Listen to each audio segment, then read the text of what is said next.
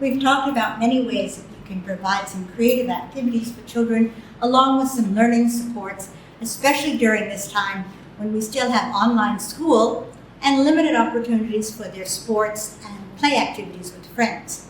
So here's a few ideas for today.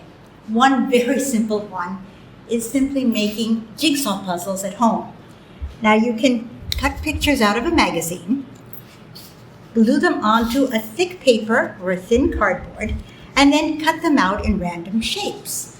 Now, of course, for very young children, you want simple pictures and just a few cut pieces. But older children would enjoy something more complex, something more difficult. In fact, they could make some of these puzzles, not only for themselves, but for the younger children in the family. So they would want to have something more intricate in design as well as more pieces. And they'll probably challenge you to do it with them.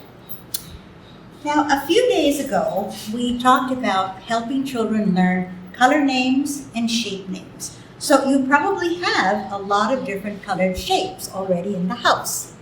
And if you don't still have some, you can make a few more.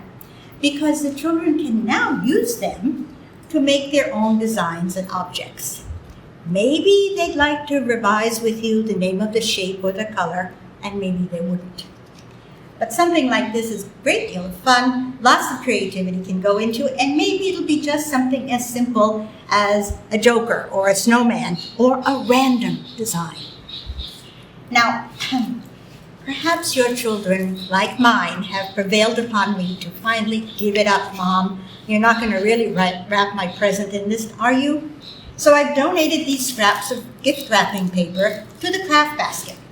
Wow! Colorful paper like this goes a long way on a robot, or on a vehicle, or virtually anything the children want to make. Or could they tear up bits of this and make it into a design of their own fashioning? Maybe a mosaic. Older children probably have seen mosaics in their art classes. So any of this paper that really it's time to sacrifice can go there. Now for very young children, nothing like the colored section of the daily newspaper. Young children love to tear things, and wow, they can do it and nobody minds. You know, paper is one thing that a 3-year-old is stronger than, and so to just do this is tremendous fun, besides it being fine motor development. So they just go ahead and do tearing. That is an exercise that many kindergartens practice. But then what? Well, they could paste it on a paper. They could make it into a design. They could draw with it.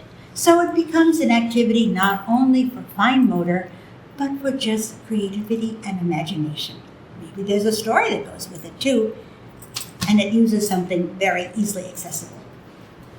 Now, for a couple of ideas of something a little more school-oriented, many children spend a lot of time learning their number facts. So here's a method that mathematical researchers have been espousing for many decades. So you can use either colored counters, two-sided, or red buttons and green buttons, or anything that you have two colors of in the house. So they put them in a little cup, shake it up really hard, and then spill it out. Well, what have we got? I think we have some yellows and we have some reds. Okay, let's see what we have. Oh, 1, 2, 3, 4 yellows, 1, 2, 3, 4 reds. Okay. The next step is for the children to copy that design on paper. So they actually draw the yellows and they draw the reds. This is a process of really cementing the fact in the mind. After they've done the drawing, then they write the math story underneath it and do the addition. Mathematical researchers have found that you need to do it with your hands and see it. It's a visual image. Then you need to copy it and see it again, and then you do the algorithm. And then, of course, this game can go on for as many different sums as your children are working on at that point. It can also be a subtraction game. Now, lastly for today, take a grid paper and have the children write the names of all their friends or their cousins. Try to get a variety of spellings so that you have more sounds to work with.